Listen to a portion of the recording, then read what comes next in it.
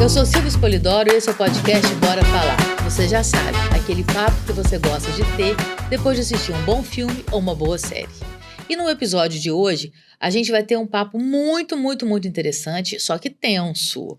Porque nós vamos falar sobre um filme que é necessário, que faz a gente pensar, repensar, e quem gosta de um bom roteiro é um prato cheio. Então, eu vou receber hoje, e obviamente, você já sabe que o podcast ele dá voz às histórias do audiovisual, e a gente vai falar hoje do filme Corra. Mas você não corre daí não, você fica aí com a gente, tá? É um suspense que revolucionou o cinema e colocou o racismo no centro da narrativa. E para conversar comigo sobre esse filme, eu recebo aqui, com o maior prazer, o roteirista Thiago Amendoeira, que está aqui com essa proposta da gente não correr, mas falar muito desse filme. E aí, Thiago, seja bem-vindo, muito bom te receber aqui, viu? Obrigado, queria agradecer muito pelo convite, estou muito feliz de estar aqui e de falar desse filme maravilhoso, né, que é o Corra.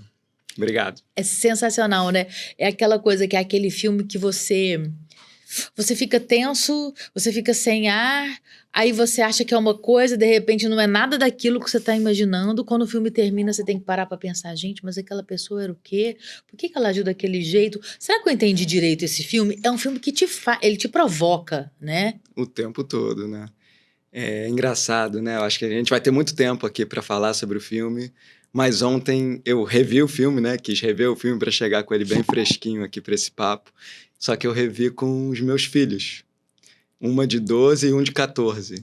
E é isso, né? Primeiro que não é muito adequado para a idade deles, mas eu achei que dava e eu sou muito a favor de puxar, sabe? Vamos ver, mas vamos falar sobre o filme. Não adianta só, né, jogar eles para verem.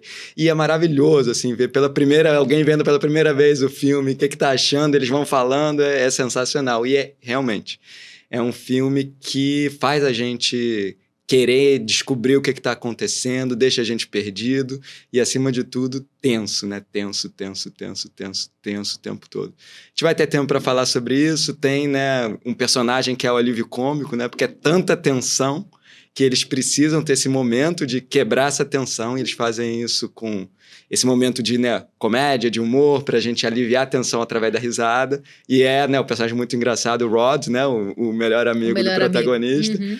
Mas é isso, é tensão. Tensão pura. E muito bem feito. A gente vai agora assistir o trailer do filme para você se inteirar do que a gente está falando. Se não assistiu ainda, já sabe, esse podcast contém spoilers, porque senão não tem resenha. Então, vamos ficar agora com o trailer e a gente já volta com esse papo aí. Não corra daqui, hein? You got your toothbrush? Check. Do you have your deodorant? Check. Do you have your cozy clothes? Got that. What? Do they know I'm black? Should they? You might wanna, Mom and Dad, my black boyfriend will be coming up this weekend. I just don't want you to be shocked that he's a black man. I ain't never seen you like this before, bruh. Meeting families, taking road trips. Don't come back all bougie, man. Come back, get your damn pants up to your damn stomach.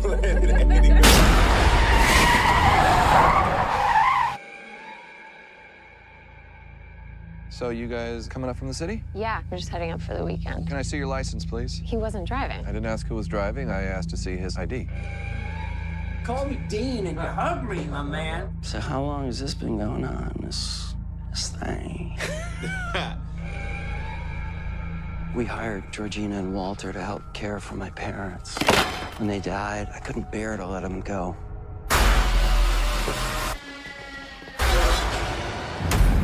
Do you smoke in front of my daughter? I'm gonna quit. She'd take care of that for you. How? Hypnosis. I'm good, actually. You ready for this? I'm back in the beat. So look, I go do my research. Apparently, a whole bunch of brothers been missing in this suburb. But it's cool. Bro, how you not scared of this, man? Good to see another brother around here. Chris was just telling me how he felt much more comfortable with my being here. Get out. Sorry, man. Get out! Yo! Rose, we gotta go. Is everything okay? Rose, the keys. Just get the keys. I don't know where they are. Rose? sink into the floor. Wait. Sink. Mine is a terrible thing to waste. Terrible thing to waste.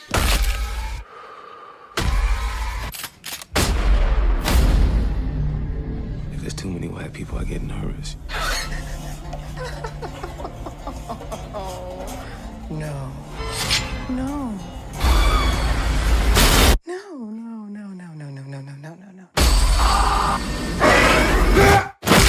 A mind is a terrible thing to waste. Então, não dá uma tensão? Você já não tá aí assim, ó, comendo a unha que nem deve, tá comendo a unha? É isso, gente, não tem como. A gente tem na sinopse o Chris, que é um jovem negro, está prestes a conhecer a família da sua namorada branca, Rose. A princípio, ele acredita que o comportamento excessivamente amoroso por parte da família dela é uma tentativa de lidar com o relacionamento de Rose com um rapaz negro. Mas com o tempo, Chris percebe que a família esconde algo muito mais perturbador. Tem que escapar. Aquela família é cilada, Bino, né? Meu Deus do céu! Que coisa horrorosa aquela família! Isso não era amor. Era cilada. Exatamente isso. E me fala uma coisa. É bom a gente dizer que esse filme ganhou o Oscar de melhor roteiro original, que para 2 roteiristas conversarem isso é maravilhoso, né? A gente fica feliz em poder falar, porque é um prêmio tão importante, tão significante mundialmente, e quando um roteiro é premiado, assim, a gente se sente um pouco premiado também, né? Porque a gente é tão esquecido, né, Thiago? O povo nem bota o nosso nome nas coisas, né? Nos cartazes, né? Cartazes, nos releases, então, né? Não sai matéria. O filme é só do diretor, né? Só do diretor. Ele criou da cabeça dele aquilo e ele dirigiu aquilo. Enfim, esse é uma outra... É papo para outro podcast, né? E chamar alguém da Abra aqui também para conversar com a gente. Verdade. Porque a galera lá tem uma briga e tem toda a razão e todo o meu apoio e suporte, porque realmente é muito difícil você trabalhar no Brasil e não ter crédito, né? Trabalhar como roteirista já é uma dificuldade. E ainda por cima você trabalha e não ter crédito, pelo amor de Deus, isso não existe, né? Enfim. Bom, voltando aqui, no caso, esse filme, primeiro eu vou te perguntar por que você escolheu Corra? Ótima pergunta. É difícil falar exatamente porque eu escolhi esse filme, mas vamos tentar, né? Tipo aquela pergunta, quais são os seus filmes favoritos? Muito difícil responder. Mas eu tenho muita admiração por essa obra, né? Para começar, é um primeiro filme, né? O primeiro filme do diretor, roteirista e coprodutor do filme, Jordan Peele. Eu adoro esses grandes primeiros filmes, né? Às vezes, né, rola do cara fazer um filme maravilhoso como primeiro filme e fica difícil, né, manter esse nível de qualidade, nível de densidade dramatúrgica nos outros filmes, e é meio uma maldição. Primeiro filme, maravilhoso. O roteiro, espetacular. Acho que é porque o roteiro é incrível, né? Talvez seja essa a resposta. O roteiro é fabuloso, assim. A gente está totalmente dentro daquele protagonista. A gente sente o que ele está sentindo, a gente não entende o que ele não está entendendo, a gente sofre quando ele sofre. Tem um único momento, a gente pode falar sobre isso, no filme em que o espectador sabe mais que ele. E quando a gente sabe mais que ele, a gente fica muito preocupado e a gente fica, cara, vaza daí, meu irmão, vai embora. A gente fica muito preocupado com ele. E quando chega, né, tem spoiler, né, posso falar? Pode. Quando chega naquele momento que ele tá totalmente à mercê daquela família, dos vilões, né? Eu lembro da primeira vez que eu vi, cara, acabou. Não tem mais nada o que esse cara pode fazer para sair dessa situação. E muito tenso, tudo muito, muito tenso. E quando, né, ele arruma uma solução para sair daquela armadilha que parecia impossível, a gente tá com ele na explosão de revolta e de violência e de destruição, e tá com ele, a nossa catarse. Vamos exterminar esses vilões. A gente quer ver a violência dele, porque a gente quer expurgar isso de dentro da gente.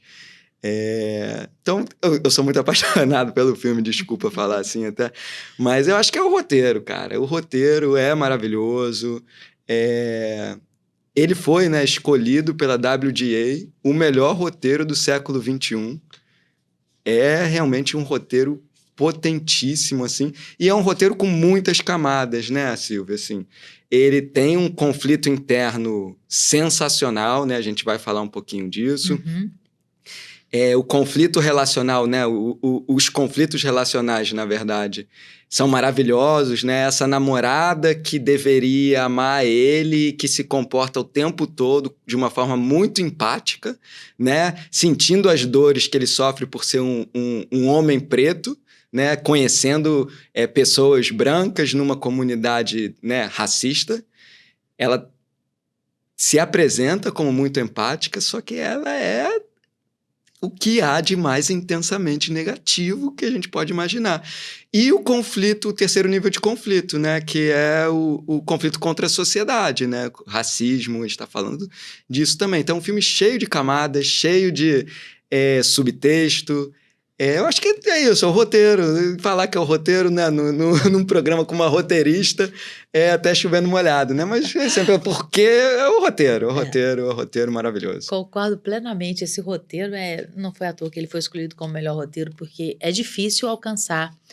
E um roteiro extremamente original, porque o plot twist, assim, você fala, oi? Como assim, gente? Eu cochilei, acordei, porque é tão surpreendente o que tá ali. Tudo bem, você vai tendo uma malíciazinha, tá boazinha demais, essa família é muito perfeita. Você vai tendo umas impressões, mas dali a chegar onde vai, e na hora que vai, você fala, e aquela festa? A cena da festa, com aquele casal daquela senhora, com aquele moço mais jovem, negro. E aí toda essa coisa, né, do porquê que aquela família faz o que faz, o objetivo daquilo, é de uma crueldade, de uma insanidade, que você fala, gente, isso é ficção científica, né, porque você não consegue alcançar que a realidade possa ser tão cruel, que as pessoas possam chegar num lugar de crueldade tão grande quanto aquele, né, essa é a verdade, né, você lida com o pior do ser humano, ali na telona, se você estiver no cinema, ou na sua casa, você para, você volta. Gente, eu entendi bem isso.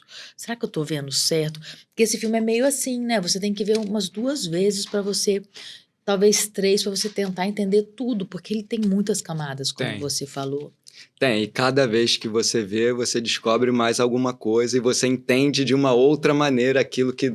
É isso, na primeira vez você... Cara, o que eu tô vendo aqui? Que negócio é esse? Você sente uma estranheza, né? Nessa primeira vez que você vê, nessa primeira experiência, você tá estranhando tudo com ele, você tá querendo entender e você tá assim, meu Deus, o que é isso? Não tô entendendo. Tipo, tô dentro de um filme, mas qual a peça do quebra-cabeça que tá faltando? E aí é isso, lá no final, quando você coloca a peça, você fala, não. É inacreditável quando essa peça vem, né?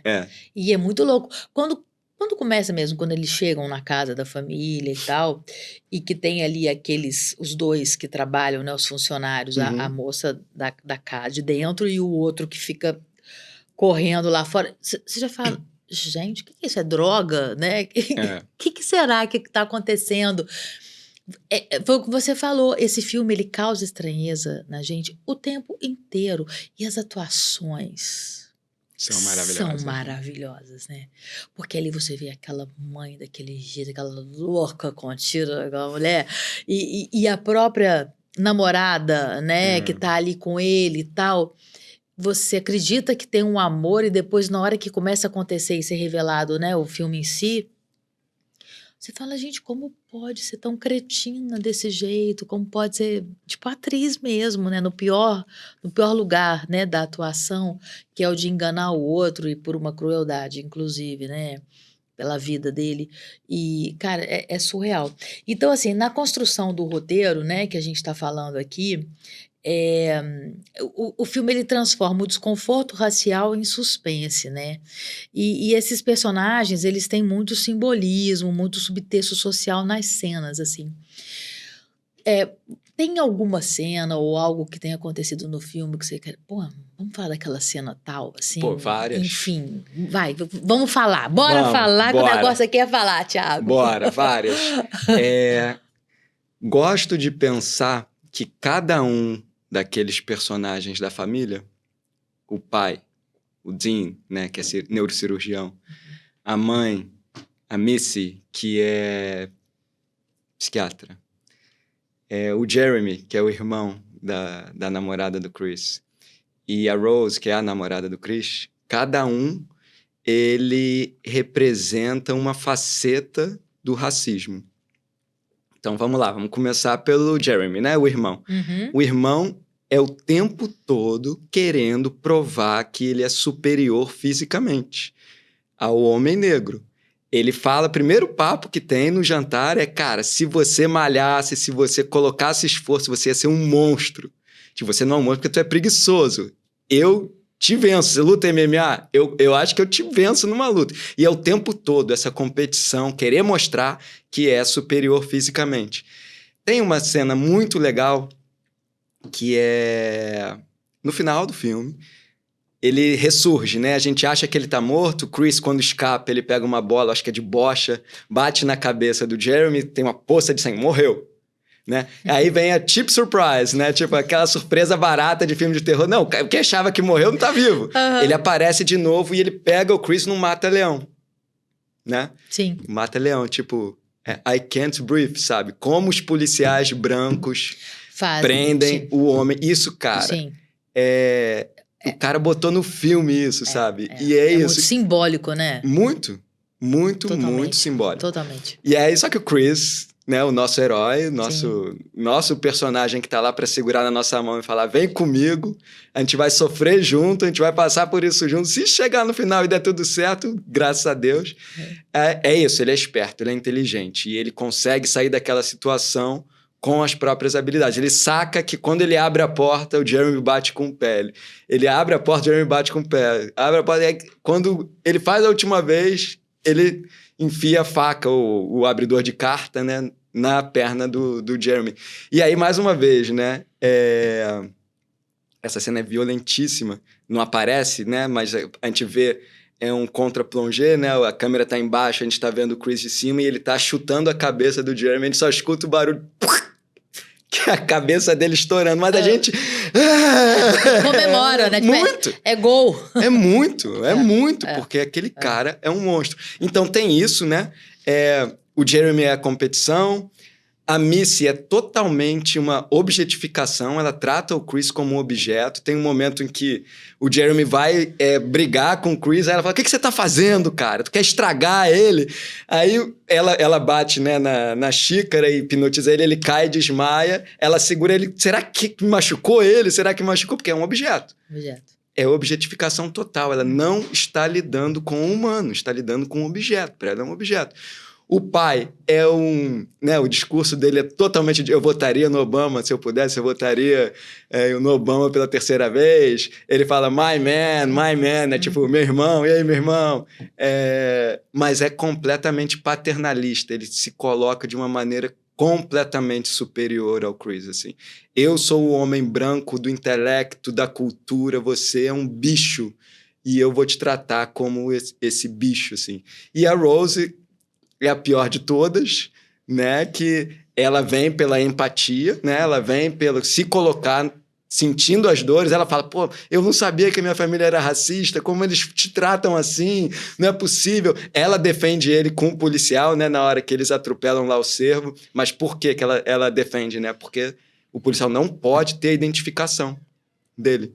Então é tudo pensado ali. Sim. Maquiavélico. E é isso. O ódio completo travestido de amor, de empatia. Isso é aquilo que o Robert McKee chama de negação da negação. É aquilo que há de mais intensamente negativo quando a gente fala, né, de uma personagem. Essa é a Rose. E aí, no final do filme, ela tá no quarto escutando I Had the Time of My Life. Eu não sei se você lembra dessa cena. E aí, no final, a câmera vai se afastando e tem vários porta-retratos no fundo, assim, com várias vítimas dela. É um negócio assim... É genial, né? Genial. O cara é um gênio, cara. O cara é um gênio. O cara é um gênio. Maravilhoso. Bom, você deu todo o panorama ali, você dissecou a estrutura aí, né, de cada personagem aí que compõe esse roteiro. Bom, como eu já falei, né? A gente tem esse terror suspense como uma crítica mesmo, né? E você acha que no Brasil a gente tem condição de fazer um paralelo à Corra? Como é que você vê a nossa escrita, a nossa narrativa em relação a roteiro mesmo? Depois a gente pode falar um pouco até de produção audiovisual mesmo, do nosso mercado e tal. Você acha que a gente é capaz de produzir, de escrever um Corra? Total, total. Eu acredito muito na capacidade criativa dos nossos roteiristas. Tem filmes brasileiros que, para mim, estão entre os meus favoritos de todos os tempos, todos os filmes, com roteiristas brasileiros. Então, não diria que o problema está no roteiro. Existe, no meu entender, uma certa miopia na indústria de vamos tentar produzir obras audiovisuais que vão fazer sucesso, vão alcançar determinado público e vamos mastigar porque esse público não vai entender o que a gente está querendo falar. Isso eu costumo falar muito isso de obras audiovisuais infantis, mas isso pode ser um paralelo também para qualquer tipo de público, tá? Que é isso. Eu detesto obras audiovisuais infantis que tratam as crianças como idiotas. Você não pode tratar o seu público como idiota, como alguém ignorante, como alguém que precisa ter tudo mastigado para compreender e para sentir. Às vezes a gente não precisa entender tudo. Mas esses filmes, Cidade de Deus, Central do Brasil, Malu, são filmes, gente, que não explicam tudo. Você vê o filme, você sente com as protagonistas. E você, por sentir, você está entendendo. Você não precisa, né? Uma frase que eu escutava muito em algum momento sei lá, a tia Maria precisa entender. A tia Maria vai entender. Não pensa que a tia Maria é uma idiota. Ela não é. Você não precisa mostrar, explicar e depois explicar de novo. E nem novela, porque as pessoas falam que porque as pessoas estão acostumadas com novela, isso não é uma verdade. Eu, especificamente, eu vi Vale Tudo agora, né, essa versão, e eu tinha 8, 9 anos quando a primeira versão foi ao ar. Eu lembrava, né, de cenas icônicas, mas eu não lembrava muito da história como um todo. E aí minha filha começou a ver Vale Tudo, e aí no final ela, vendo todos os episódios ao vivo, a gente conversava sobre a novela e a gente teve a curiosidade de tentar assistir o último episódio do Vale Tudo, primeira versão. E, gente, como era mais elaborado em termos narrativos. Eles não tratavam o público como idiotas e a novela foi um sucesso há 40 anos atrás, 30 e tantos anos atrás, sabe? Essa história que a gente tem que explicar tudo e tratar o público como idiota é furada, gente. É furada, assim. E, sim, eu acho que a gente até tem filmes como Corra. Eu acho que o cinema de horror no Brasil, eu acho que a gente ainda não encontrou uma grande obra de filme de horror no Brasil que pudesse mostrar, a gente sabe fazer isso bem, muito bem. Tem alguns filmes, claro, que são maravilhosos, brasileiros, mas ainda não é o gênero que você vai apostar as fichas como um filme de sucesso no Brasil. Diferente de um drama social, a gente sabe fazer. Um filme de ação, favela movie, a gente sabe fazer. Né? Tem gêneros que... Melodrama, a gente sabe fazer. Tem gêneros que a gente vai fazer e as pessoas vão falar, isso funciona, eu vou botar meu dinheiro aqui. O horror ainda não é, né? Ainda não é esse gênero. Mas eu acredito muito, muito na nossa capacidade de contar histórias e contar as histórias da nossa maneira, né? Com o nosso viés, com o nosso olhar, assim. Eu acredito muito, muito, sim, que um Corra poderia surgir no Brasil. Eu não sei se você sabe, Silvia, mas o Corra é um filme de baixíssimo orçamento. Ele foi filmado em 23 dias. custou 4,5 milhões de dólares, o que aqui no Brasil seria um filme, sei lá, feito com 2 milhões de reais, 1 milhão de reais, que hoje em dia é um baixo orçamento, né? Não dá nem para fazer um documentário com esse valor, né? Exato. E é isso, assim, eu acho que foram 245 milhões de dólares de bilheteria. 255. 255, pois é. Com 4,5 É uma boa história, sabe? Exatamente, uma boa história, né? E assim, o mais louco que, pelo menos, eu sinto aqui no Brasil, até por tentar fazer parte desse métier, é que você fica naquela coisa assim, quem nasceu primeiro, o ovo ou a galinha? Porque se você chega com um roteiro, pode ser uma ótima história, um roteiro bem contado, mas você não tem nome, você não tem nem acesso a uma produtora. Verdade. Nem acesso. Você não consegue ser ouvido, muito menos recebido. Então, podem ter 1 milhão de corras em gavetas aí e que as grandes produtoras não escutam, não dão oportunidade, trabalham sempre com as mesmas pessoas. Nada contra, eu acho que todo mundo tem que trabalhar, acho que nós temos excelentes profissionais no Brasil, pessoas muito qualificadas e tal. Mas, gente, e aí? Aí as pessoas ficam fazendo as mesmas coisas, porque você sabe que a nossa criatividade também chega um momento em que o seu cérebro te trai e ele te leva para um lugar de padrão. Isso é da natureza cerebral, né? Então, você acaba entrando num padrão e não dá oportunidade de outra pessoa que tem o padrão dela contribuir com uma história e juntar forças. Não, parece que é um queijo que é aqui e é só quem está ali que pode comer esse queijo. E é isso que faz com que quem trabalha com criação e quem precisa criar para não enlouquecer mais, fica se sentindo um corra. Sim. Fica se sentindo exatamente naquele lugar, abafado, sem ar. Assim, meu Deus, eu não tenho saída, como é que eu vou correr? E aí eu assim, trocando essa ideia, né? Tô até desabafando aqui com você enquanto colega. Assim, e como a gente faz? Tudo bem, a gente sabe que o Brasil não tem a indústria do audiovisual como indústria, como deveria ser e tudo mais, mas, sei lá, a gente enquanto roteirista tem alguma solução pra gente? Você consegue enxergar alguma coisa? Enfim, não sei. O que a gente pode falar para quem tá assistindo a gente, de repente, seja um roteirista também? Total.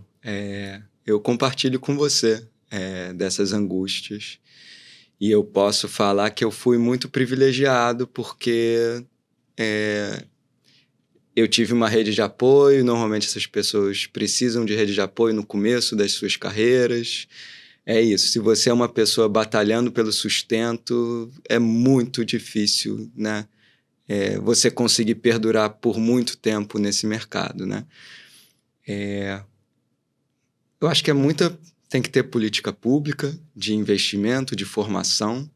A gente olha, né, para a Coreia do Sul, a gente olha para os produtos audiovisuais deles, é muito investimento. Eu acho que a gente tem, né, até políticas públicas que são boas. A gente tem que melhorar muito dessas políticas públicas e tem que acreditar, na verdade, a gente como sociedade, a gente como pessoas que votam e a gente como país precisa entender que essa indústria emprega milhares e milhares de pessoas e isso, né, que a gente pode chamar de soft power, né, que não digamos, espalhar a cultura do Brasil pela força, mas é espalhar a cultura do Brasil, o que a gente tem de bom, a brasilidade, o que a nossa lente. Por essas obras culturais, isso faz muita diferença para tudo. Isso traz olhares para o nosso país, traz investimento, traz empresas querendo investir no Brasil, traz turismo para o Brasil. Isso faz a roda girar.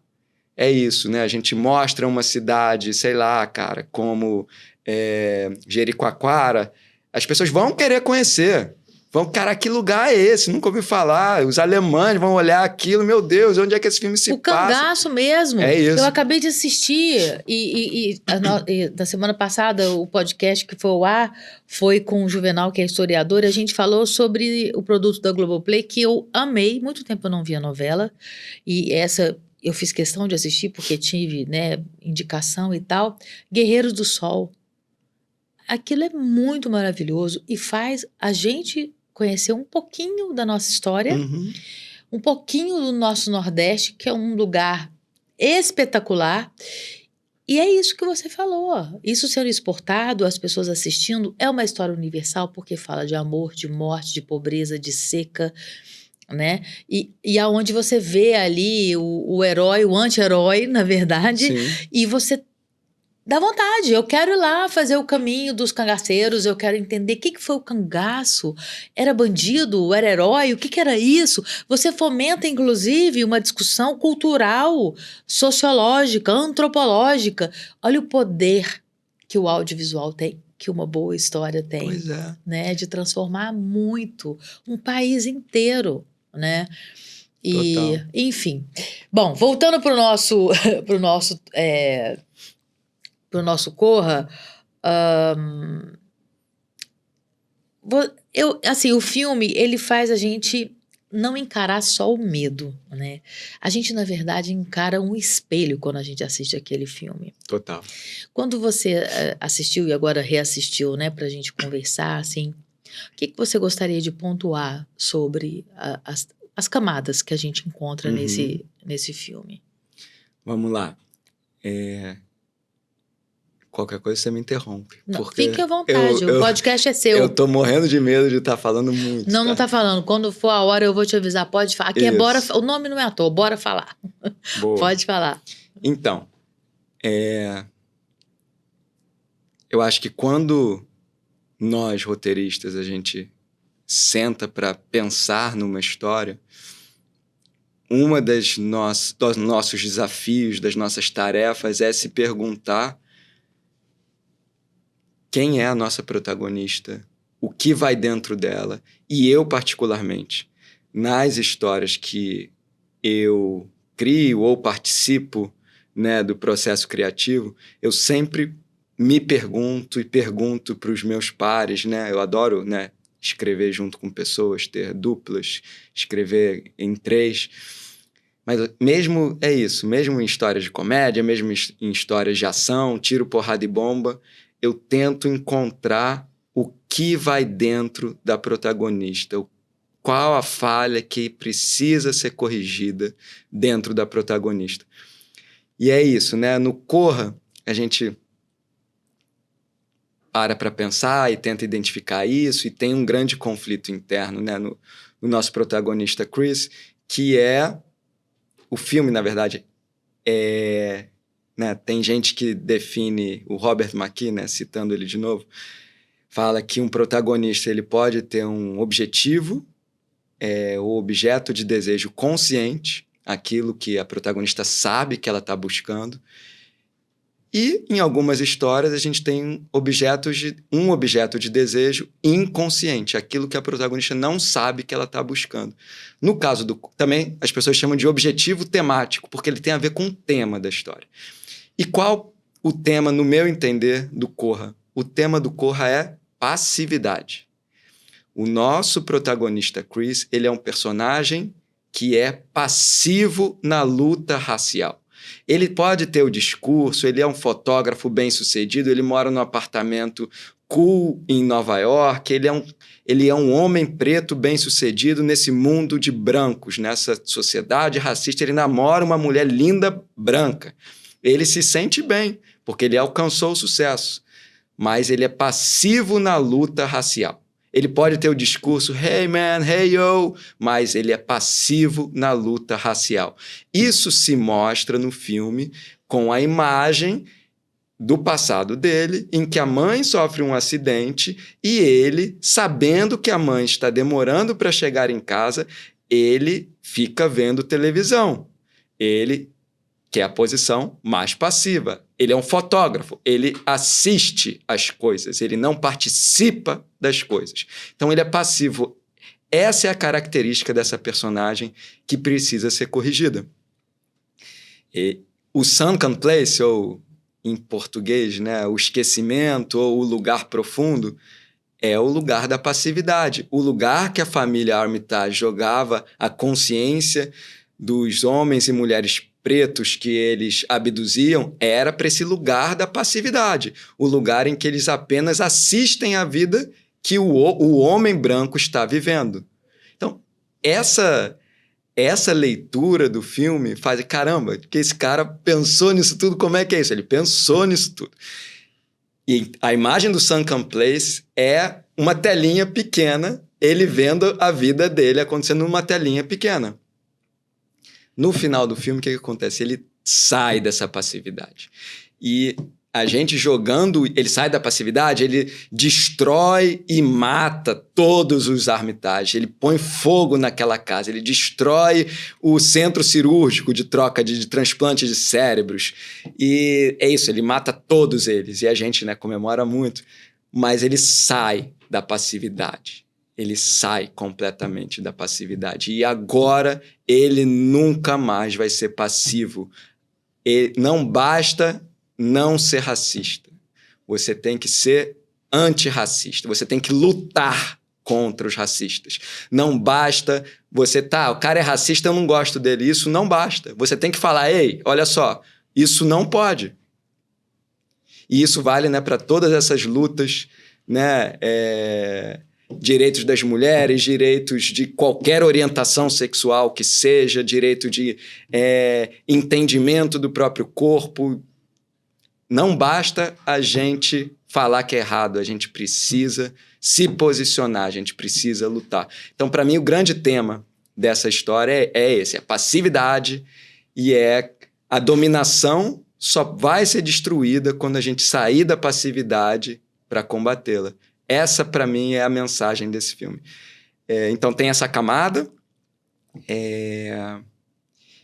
e é isso, né? Através de cada cena, cada momento, cada escolha, cada não ação desse personagem, a gente vive e experimenta isso através dos olhos dele. E, ao mesmo tempo, numa camada superficial, é um thriller, né? É uma história de tensão. A gente tá lá querendo descobrir o que tá acontecendo. O que tá acontecendo? Cara, que pessoas brancas são essas que estão aqui? O cara aperta o braço dele, a mulher aperta o braço dele, né? Nossa, você é forte. Aí o outro fala, eu gostava muito do Tiger, melhor tenista, melhor golfista e tal. Aí você, nossa, o que tá acontecendo?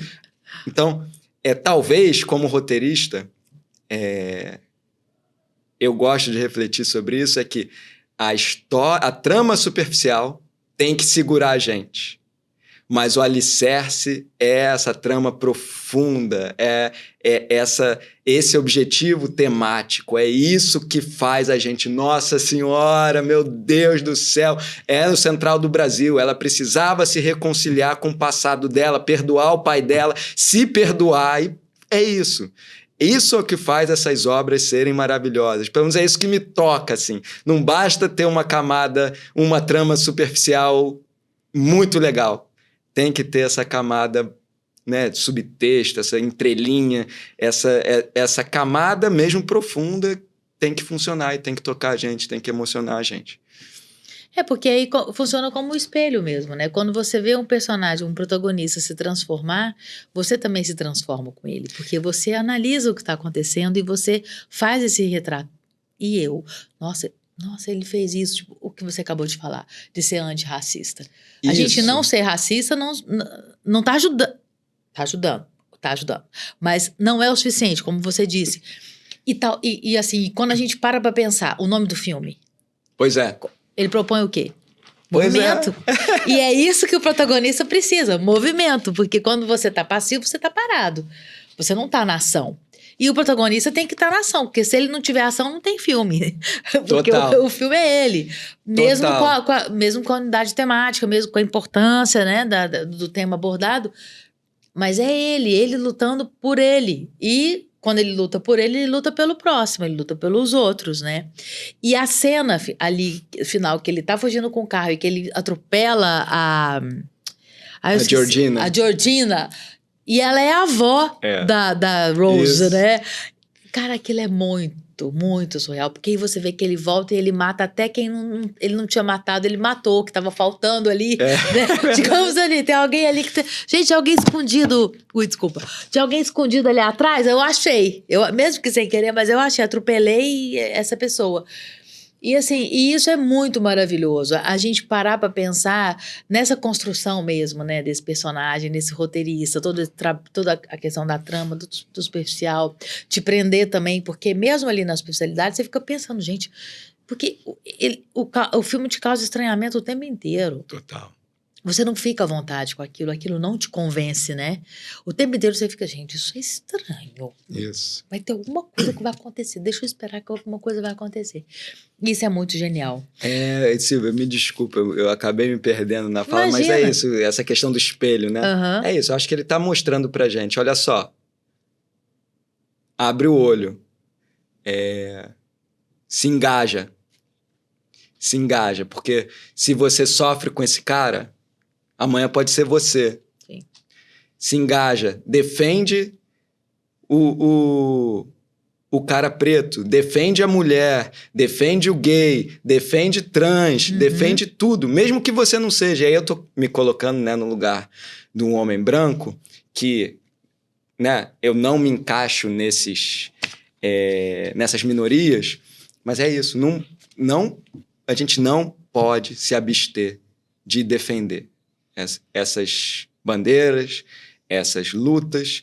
E é isso, é defender em como a gente se posiciona, é defender em como a gente conta, é defender em como a gente fala, é defender em como a gente... Ei, olha só, eu até entendo você pensar assim, mas eu sou totalmente contra o que você está falando. Você não precisa criar uma briga com a pessoa, mas você vai falar, se posicionar. Olha só, não concordo, acho que você está falando é completamente errado, não é aceitável.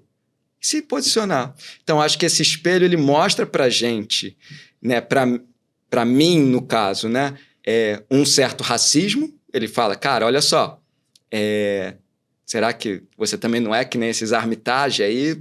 Abre o olho, sabe? Mas, ao mesmo tempo, é maravilhoso, porque a gente tá com o Chris, e a gente é o Chris, e a gente também tem esse espelho da passividade. Então, ele joga nesse espelho duplo, né? E é maravilhoso. Porque você acaba se questionando, será que eu também não sou passiva em relação a milhões de coisas que estão aqui na minha frente, que eu passo e tal? Porque é aquela coisa, a dor do outro também é minha dor. Isso. Hoje é dele, amanhã é minha, foi o que você disse. E a gente tem que pensar assim, porque isso nada mais é do que a gente ter minimamente empatia, né? Não preciso estar naquele lugar, eu não preciso ser negra para eu entender que escravidão é inaceitável, né? E que o preconceito racial é inaceitável. Enfim, então é isso. Tiago, olha, eu trouxe aqui umas curiosidades, mas também a gente já até falou, para falar a verdade, que é a questão do faturamento, 255 milhões, né, com orçamento de 4,5 milhões. Olha, gente, vai falar que isso não é um bom negócio? Porra. Bom, quer negócio melhor do que... Fala sério. Aliás, a pergunta é, que negócio é tão bom quanto esse? Isso. Não tem. Não tem. Não tem. Pode investir no que for, imóvel, não sei o quê, o que for. Ninguém vai ter essa rentabilidade. Pode apostar. Não, e é isso, né, Silvio? Você pode fazer 10 filmes de 4,5 milhões de dólares, dar chance para uma galera nova experimentar, fazer, testar. E se for fracasso, não importa. Vai ter esse, vai ter um que vai ser... Um vai acertar. Um vai acertar, não. Um vai estourar. Isso. Né? Porque também existem propostas. Porque existem histórias que precisam ser contadas. E não necessariamente essas histórias vão ter bilheteria milionária, etc. Total. Mas aquela história, ela precisa ser contada. Porque quando você conta uma história, aquilo existe. Porque existe. Tá debaixo do pano.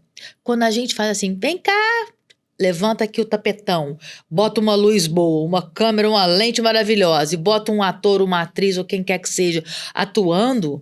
Até um cachorro mesmo atuando, sabe? Ou uma criança, você fala, olha lá, você passa...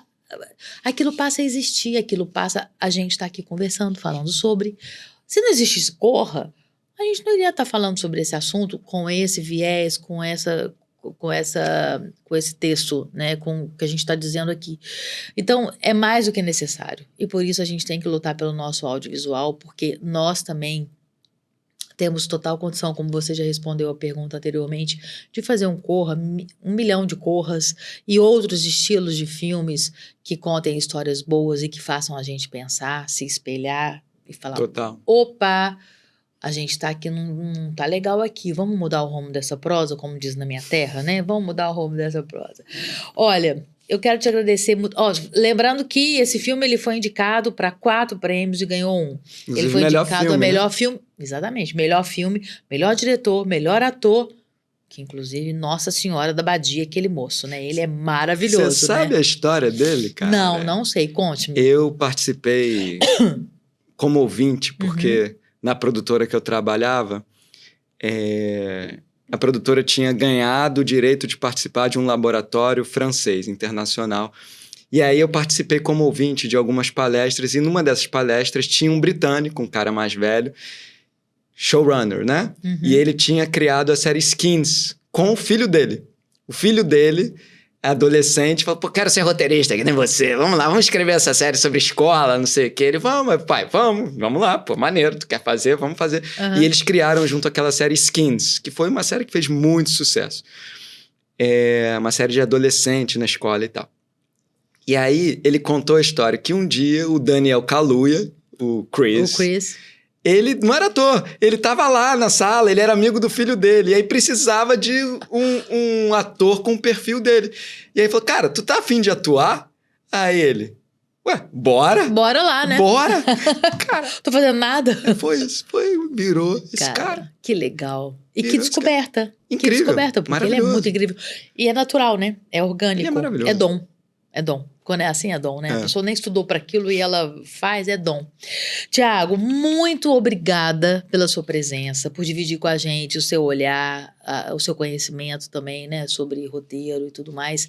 Quero agradecer muito. Obrigada por você ter vindo falar comigo, com a gente que tá aí assistindo também. Eu que agradeço. Foi um enorme prazer. Passou muito rápido, né? A gente podia ficar aqui mais né? uma hora. O tempo voa. Quando eu convido as pessoas, eu falo, nossa, mas a gente vai falar como? Aí eu tô com vergonha. Meu bem, bora falar. E quando a gente fala de algo que a gente gosta, o tempo voa, verdade. Não é? E é isso. Então, muito obrigada mais uma vez pela sua presença, tá? Obrigado a você. E o ano que vem a gente, se Deus quiser, vai continuar. Eu te chamo pra gente falar sobre outra obra, porque tem muita... Eu já sei que você sabe... O Celso, um beijo pra você. Foi Celso Garcia que indicou o nome do Thiago. Falou, chama o Thiago, porque ele sabe tudo de todas as séries de filmes. É uma delícia conversar com ele. Obrigado. Muito obrigada, tá? Eu que agradeço. Imagina. E pra você que ficou com a gente até agora, você já sabe. Eu quero agradecer Marta Shen, que apoia o podcast com essas peças lindas em cerâmica. Você, @Marta Shen, para conhecer o trabalho se já não conhece e fazer a sua encomenda. Gente, o Natal tá aí, ó. Toque, toque, toque. É o Papai Noel, Mamãe Noel. Então, Marta Shen é um ótimo presente, uma dica de presente para você, tá? Fala com ela que ela com certeza vai criar alguma coisa muito legal de acordo com a sua necessidade. Então, Marta, ó... Tchim, e muito obrigado pelo seu apoio de sempre. E você também já sabe, Moringa Escovaria, Moringa _barra, quem cuida do meu visual, quem corta meu cabelo, cuida dos branquinhos que às vezes vazam por aqui. E você já sabe também que lá na Moringa você encontra o gloss, que é uma forma de você pintar o seu cabelo muito rapidamente e com uma eficiência que a gente precisa, né? Tá no dia a dia, na correria, tá aqui. @Moringa _barra e a equipe da Mari te espera por lá, tá? Então, um beijo para você que esteve comigo até agora. Você já sabe, todos os arrobas estão aqui na descrição. Se você quiser achar o Thiago, no começo do podcast apareceu o arroba dele, mas está aqui também na descrição do vídeo. Se você gosta de dicas de filmes, de séries, você gosta do audiovisual, compartilhe o nosso conteúdo, porque é muito importante pra gente que o YouTube entregue para mais pessoas. E se inscreva agora, se você não se inscreveu ainda no canal, ative aquele sininho que ele vai te avisar todas as vezes que a gente tiver um conteúdo novo no ar, que você que já me acompanha aqui sabe, toda quinta-feira, 6:30 da tarde, a gente sobe um bate-papo muito legal sobre o audiovisual. Então, até quinta-feira que vem. Obrigada por ter ficado aqui e bora falar?